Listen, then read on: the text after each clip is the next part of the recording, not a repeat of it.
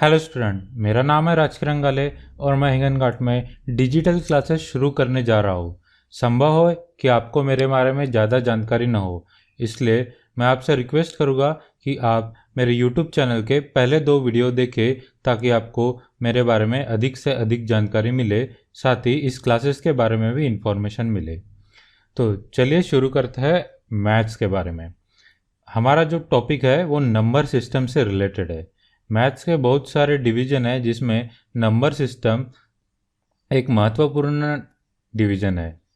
Slides पे आपको कुछ इमेजेस दिख रहे होंगे, जहाँ ये सर्कुलर इमेज यह बताता है कि कैसे different type of number system एक में एक से रिलेटेड है। कौन सबसे छोटा है, फिर उसके बाद कौन सा बड़ा है, फिर सबसे बड़ा कौन है और उसके बाहर भी क्या है।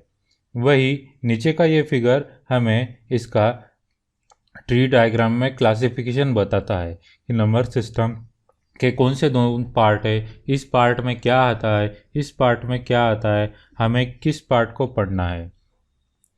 सिमिलरली आपने ये टर्म भी प्रीवियस क्लासेस के स्टडीज़ में बार बार सुनी होगी कि कम्यूटेटिव प्रॉपर्टी क्या होती है, एसोसिएटिव प्रॉपर्टी क्या होती है, distributive identity, inverse, multiplicative identity and various processes.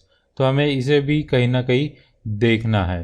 Okay, क्या आपने कंप्यूटर में इन नंबर्स को सुना है कि बाइनरी नंबर सिस्टम होती है, ऑक्टल, डेसिमल, हेक्साडेसिमल। कंप्यूटर को तो 1 2 समझता ही नहीं है, उसे ज़ीरोज़ एंड वंस ही समझते हैं। तो ये भी एक प्रकार की नंबर सिस्टम ही है। नंबर लाइन तो अक्रॉस आप कई बार आए होगे कि 0 के राइट साइड में कैसी नंबर लाइन है, 0 के लेफ्ट साइड में कैसी नंबर लाइन है, 0 to 1 को अगर ब्रेक करे तो कैसी नंबर लाइन है। ठीक है, तो इस टॉपिक को 8th, 9th और 10th तीनों जगह फर्स्ट चैप्टर नंबर सिस्टम से ही रिलेटेड है। और कहीं ना कहीं ये इमेजेस और ये स्ट्रक्चर और ये प्रॉपर्टीज़ के नाम आपके अंडर थ्रू गए हैं। इन्हीं सब के बारे में और डिटेल में जानने में और नंबर सिस्टम के इस जर्नी को एक्सप्लोर करने के लिए हमें इस चैप्टर को स्टडी करना है। ठीक है, सो ये online series video lecture series 10th standard, 9th और 8th स्टैंडर्ड के लिए स्टार्ट हो रही है। ये फर्स्ट लेक्चर है। इसमें NCERT text book completely cover किया जाएगा। एनसीईआरटी टेक्स्ट बुक में के सभी प्रॉब्लम्स और एक्सरसाइजेस के सॉल्यूशन भी इसमें दिए जाएंगे। 10th स्टैंडर्ड के लिए प्रीवियस ईयर बोर्ड क्वेश्चन जब क्लासेस शुरू हो जाएंगे कोरोना के बाद तो क्लासरूम्स में लिए जाएंगे। उसी प्रकार हर संडे को एक डाउट सेशन भी ऑनलाइन रखा जाएगा, जिसमें एक वीडियो बना के आपके मंडे टू सैटरडे के डाउट्स कवर किए जाएंगे। ठीक है, तो बढ़ते हैं हम 10th स्टैंडर्ड के फर्स्ट टॉपिक की ओर, जिसका नाम है रियल नंबर्स।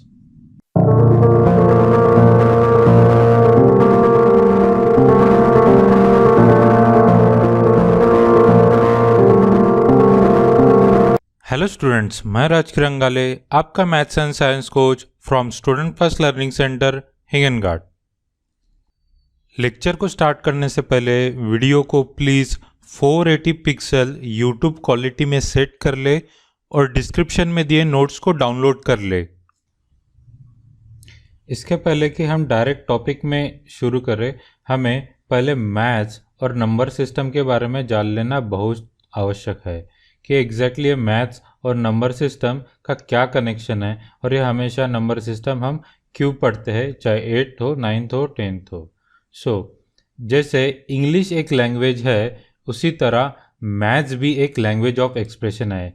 जी हाँ, सुनने में काफ़ी अटपटा लगता है, लेकिन जैसे ही मैं आपको एक्सप्लेन करूँगा आपको पता चलेगा कि मैथ्स भी एक लैंग्वेज है। जैसे कि इंग्लिश है, मराठी है, हिंदी है, उसी प्रकार क्रिकेट का हम एक एग्जांपल लेते हैं।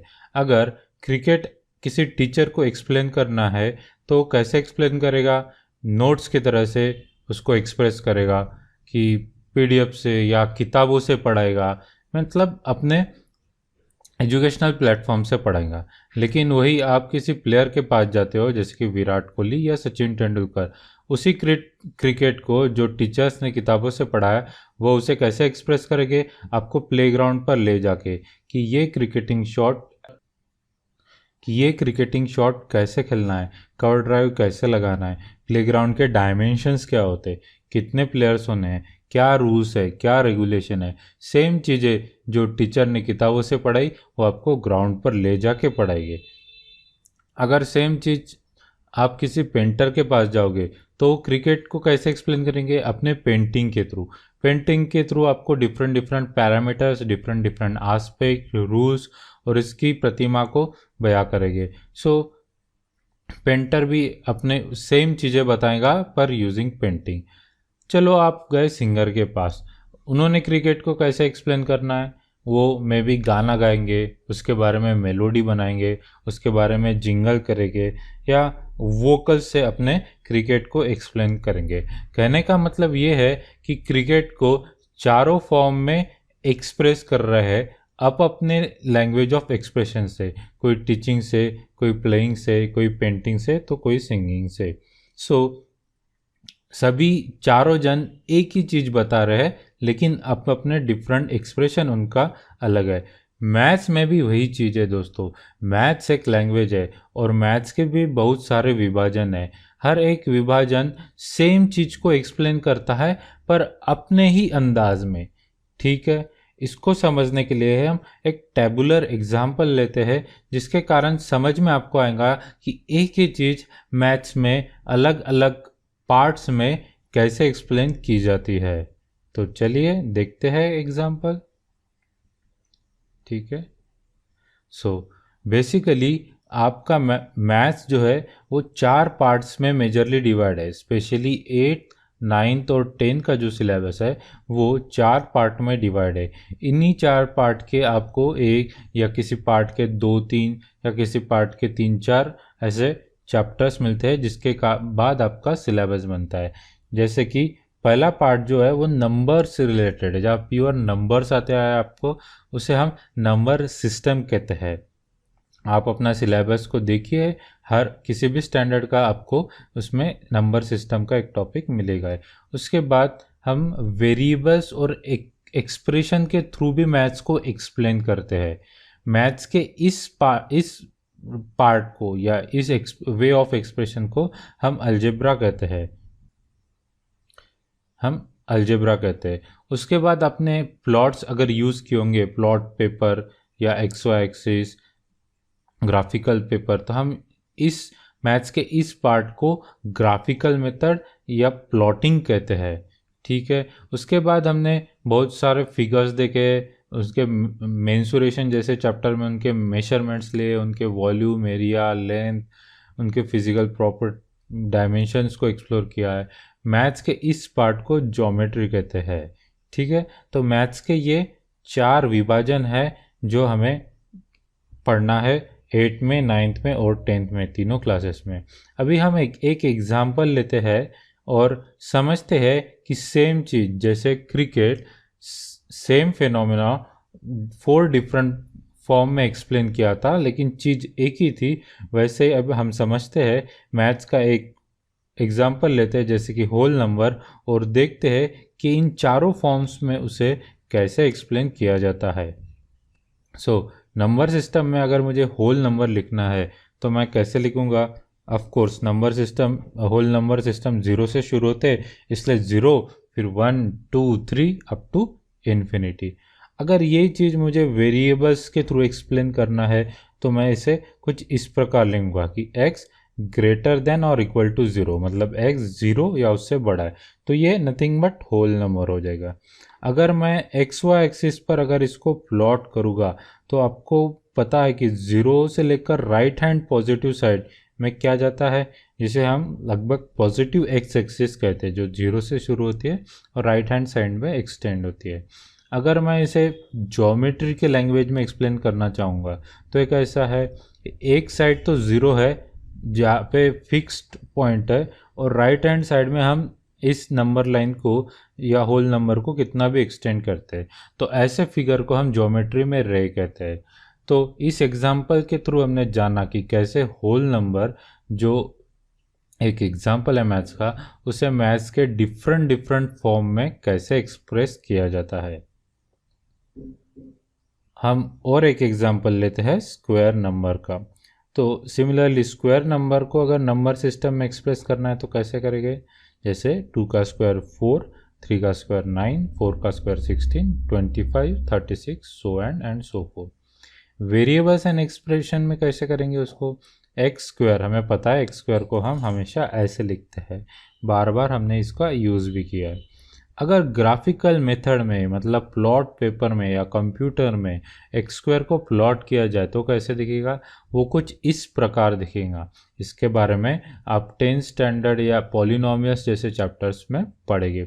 इसे हम पैराबोला कहते हैं। ये एक्स स्क्वायर का रिप्रेजेंटेशन है ग्राफिकल मेथड में। उसी प्रकार फिगर में एक्स स्क्वायर को कैसे रिप्रेजेंट करेंगे, कुछ इस प्रकार। यहाँ पे x इंटू एक्स है, एक उसको लेंथ और ब्रेड्थ लेंगे, दोनों इक्वल है, इसे हम स्क्वायर कहते हैं और इसलिए इस नंबर सिस्टम को स्क्वायर नंबर सिस्टम कहते हैं। तो अगेन हमने देखा कि स्क्वायर नंबर को कैसे डिफरेंट डिफरेंट मैथ्स के डिफरेंट फॉर्म में एक ही चीज़ को एक्सप्रेस किया जाता है। सो ये है एक्चुअली मैथ्स के डिफरेंट पार्ट्स, और उसमें का जो फर्स्ट पार्ट है नंबर सिस्टम, अब वो हम पढ़ने वाले हैं। तो आई होप आपको सिलेबस के 4 पार्ट समझ में आए होंगे, जिसमें कि नंबर सिस्टम से हम शुरुआत करने वाले हैं। So let us revise this one more time. So basically we are beginning with number system in this, to begin with chapter 1. Okay, like English is a language of expression. We use various forms in English like poem, like essay, like report. Okay, we can use any form of English to express the same thing. Similarly, maths is also a language of expression which is divided in 4 to 5 form, majorly 4 part as far as your syllabus is concerned. So we have taken example of cricket. Like cricket can be explained by teacher using books, using player like Virat Kohli on the field, using painter using the paintings, and singer using his own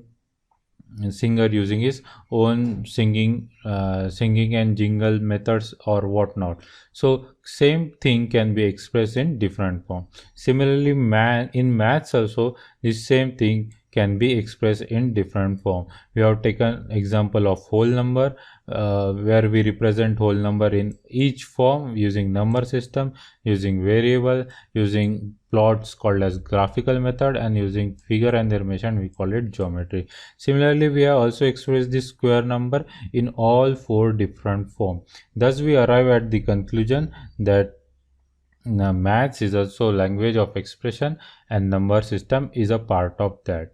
Okay, so let us move ahead. तो अभी हम हमारा actual topic शुरू करते हैं, real number. Real number पर sir जी एक question आएगा 1 मार्क का, एक क्वेश्चन 2 मार्क का और एक क्वेश्चन 3 मार्क का। ये रिसेंट कुछ ईयर्स का एनालिसिस का कंक्लूजन है। सो ये टॉपिक पर टोटल 6 मार्क के क्वेश्चंस आप एक्सपेक्ट कर सकते हो। टॉपिक प्रिपेयर हो जाए तो 6 मार्क्स आपके। ओके, सो इसके पहले कि हम इसका फर्स्ट टॉपिक जो कि यूक्लिड डिवीजन लेम्मा है वो बिगिन करें, हम इसे थोड़ा रिवाइज कर लेते हैं कि 9th स्टैंडर्ड में हमें इसके बारे में क्या पढ़ा क्या नहीं पढ़ा। तो रियल नंबर हमें पता है कि ये 2 चीज़ों का मेल है। तो एक सवाल ये भी आता है कि इसे रियल नंबर क्यों कहते हैं सर, तो उसका एक्सप्लेनेशन हम जल्दी देखेंगे। So real number consist of rational number. Rational number की डिफी बाय क्यू के फॉर्म में लिखते हैं, where q cannot be equal to 0। Maths में डिनोमिनेटर यूजुअली कभी भी 0 नहीं होता। अगर 0 हो जाए तो हम उसे इनडिफाइंड फॉर्म कहते हैं। सो ये एक्सेप्शन हमेशा मैथ्स में रहेगा क्योंकि denominator will never be equal to 0। Okay, here denominator can be negative, can be positive, but cannot be 0। So ये रैशनल नंबर है। नेक्स्ट पार्ट आता है इर्रेशनल नंबर। इर्रेशनल नंबर के आसान भाषा में एग्जाम्पल है रूट्स ऑफ प्राइम नंबर। कोई भी प्राइम नंबर लो और उसका रूट लो, चाहे स्क्वायर रूट लो, क्यूब रूट लो, तो वो आपको एग्जाम्पल दे देगा इर्रेशनल नंबर। ठीक है, इसके एग्जांपल √2, √5 और पाई। पाई हम 22/7 लिखते हैं, जो कि हमें p/q की फॉर्म की तरह लगता है, फिर भी ये रैशनल नंबर नहीं है, इसे प्लीज़ आप नोट कीजिए। 22/7 ये अप्रोक्सीमेट वैल्यू है इसकी, और ये हम कन्वीनियंस के लिए लिखते हैं, पर उसकी एक्चुअल वैल्यू 22/7 नहीं है। तो पहले ग्रीक के साइंटिस्ट ने जब रैशनल नंबर ढूंढ निकाले थे, या रैशनल नंबर तक हमारा नंबर सिस्टम का डेवलपमेंट, मैथमेटिकल डेवलपमेंट पहुंच गया था, तो ऐसा लगा कि बस यही है, इसके बाद और किसी नंबर सिस्टम की ज़रूरत नहीं है। लेकिन फिर पाइथागोरस जैसे मैथमेटिशियन आए, जिन्होंने पाई और ऐसे नंबर्स निकाले जो कि रैशनल नंबर सिस्टम पर हम प्लॉट ही नहीं कर, तो ऐसे में फिर इन ग्रुप ऑफ नंबर को इसके एग्जैक्टली डिफरेंट इरेशनल नंबर डाला, और फिर ये दोनों नंबर सिस्टम जब जिले तो हमें तब मिली एक एक्चुअल रियल नंबर सिस्टम कि अब ये फाइनल है, इसमें सभी नंबर समा जाते हैं, इसलिए इसका नाम रियल नंबर सिस्टम पड़ा। So real number system, rational and irrational. अभी ये रैशनल सिस्टम के फर्दर दो पार्ट है। q cannot be equal to 0, so q can be anything, इस 0 के अलावा कोई भी चीज़ होता है। तो इसमें कैटेगरी है कि q अगर 1 हो जाए, मतलब डिनोमिनेटर 1 हो जाए, मतलब ये सिर्फ p रहेगा, तो ऐसे में p पॉजिटिव नेगेटिव कुछ भी हो सकता है, जिसे हम इंटीजर कहते हैं। Right from -∞ to 0 to positive infinity, ये नंबर लाइन आपने देखी होगी कई बार, इसे हम इंटीजर कहते हैं। लेकिन अगर q 1 नहीं होगा तो हम इसे फ्रैक्शनल या नॉन इंटीजर पार्ट कहते हैं। सो रैशनल नंबर सादा भी हो सकता है, जिसे हम इंटीजर कहते हैं, जरा डिनोमिनेटर 1 हो जाए, और डिनोमिनेटर अगर 1 नहीं है, कुछ और है, 2 है, 3 है, जो कि डिविजिबल नहीं है न्यूमरेटर से, तो इसे हम फ्रैक्शनल पार्ट कहते हैं। जैसे कि इंटीजर में आप देख सकते हैं निगेटिव पार्ट भी है, पॉजिटिव पार्ट है, तो डेफिनेटली इंटीजर के भी दो पार्ट है। एक नंबर सिस्टम को हम पॉजिटिव नंबर सिस्टम बोलते हैं, जो कि राइट हैंड साइड में होती है 0 के, और एक को हम निगेटिव नंबर सिस्टम बोलते हैं। अब फिर पॉजिटिव नंबर सिस्टम के भी बहुत सारे दो पार्ट्स है।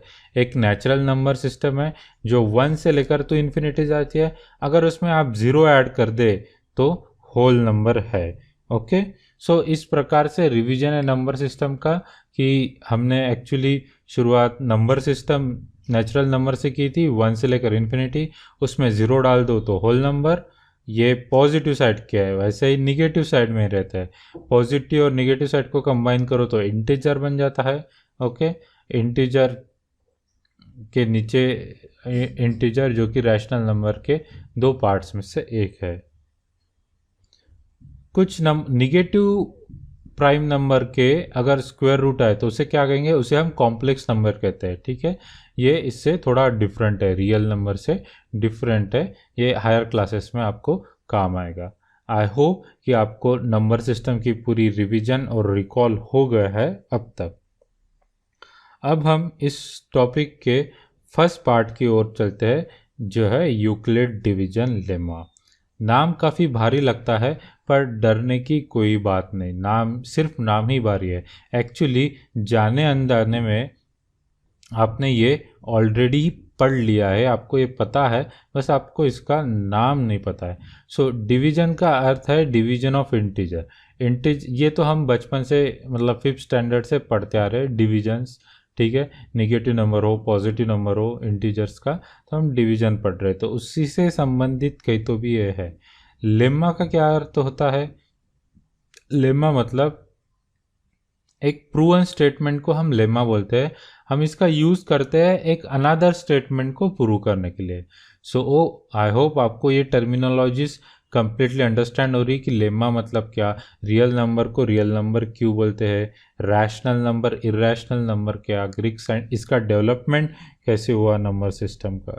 ठीक है, तो अब हम पढ़ते हैं यूक्लिड डिवीजन लेमा। मैथ्स को पढ़ने के मेरे 4 मैथ्स की किसी भी कंसेप्ट को समझने के लिए हम इन 4 मेथड्स का यूज़ करेंगे। सेम कंसेप्ट हम वर्ड्स में देखेंगे, उसके बाद वेरिएबल्स का यूज़ करके देखेंगे, उसके बाद नंबर्स का, उसके बाद डायग्राम का। सेम वही चीज़ें जो हमने प्रीवियस स्लाइड में देखी थी। सो यूक्लिड डिवीजन लेमा को भी हम उसी तरह पढ़ेंगे। सो फर्स्ट एग्जांपल लेते हैं वर्ड्स। पहले 7 चॉकलेट यू हैव 7 चॉकलेट, आपके पास 7 चॉकलेट है, and put 3 in a box, एक ही टाइम पे 3 डालना है एक बॉक्स में, ठीक है। तो इसको डायग्रामेटिक कैसे रिप्रेजेंट करेंगे, फर्स्ट बॉक्स में 3 चॉकलेट डालेंगे, ठीक है, फिर बचेंगे 4 चॉकलेट, अनदर बॉक्स में और 3 चॉकलेट डालेंगे और फिर एक चॉकलेट बच जाएगा। इस हिसाब से हमारे पास 2 बॉक्सेस हो गए और एक चॉकलेट बच जाएगा, ठीक है। So this is nothing but Euclid division, और हम इसे भली बात ही जानते हैं, this is nothing but division. हम इसे डिवीजन के सिनारियो में रिप्रेजेंट कर सकते हैं, जो हम 5th स्टैंडर्ड से कर रहे हैं, कुछ इस प्रकार कि 7 चॉकलेट है, 3 एट ए टाइम लिए है, सो 2 बॉक्सेस रह गए, यानी 2 टाइम्स जाएगा 6, and we will get 1 as a reminder. So this is nothing but using words, ये उसका डायग्रामेटिक रिप्रेजेंटेशन है, और ये है यूजिंग नंबर सिस्टम। अब इसको हमें एक स्टैंडर्ड फॉर्म में लिखना है, जो हमें बहुत कन्वीनियंट है या बहुत पता है, जो कि हम रहते हैं dividend equal to divisor into quotient plus reminder. इस फॉर्म को हम भली बातें जानते हैं, and this is nothing but Euclid division lemma, और कोई चीज़ एक्चुअली है ही नहीं। इस डिवीजन को इस फॉर्म में लिखने को ही यूक्लिड डिवीजन लेमा कहते हैं। सो इस सिनारियो में हम कैसे लिखेंगे, 7 डिविडेंड है 7, डिवाइजर है 3, quotient 2, reminder 1। This is nothing but Euclid division lemma. Actually, there is nothing great about it. Next scenario, one more scenario, 9 chocolates and 2 in a box. Again words वो करते हैं diagram में convert. So 2 at a time. So we will require 4 such boxes, okay, and 1 chocolate will be left. So Euclid division lemma में same चीज़ लिखना हो, या ये हमारे जो कॉमन फॉर्म है dividend equal to divisor into quotient plus reminder में, तो 9 equal to 2 at a time, ऐसे 4 boxes plus 1, okay. So let us move ahead. आज का लेक्चर यही ख़त्म करते हैं। आई होप इससे आपको मदद होगी। मिलते हैं अगले लेक्चर में, तब तक के लिए good bye and enjoy studying.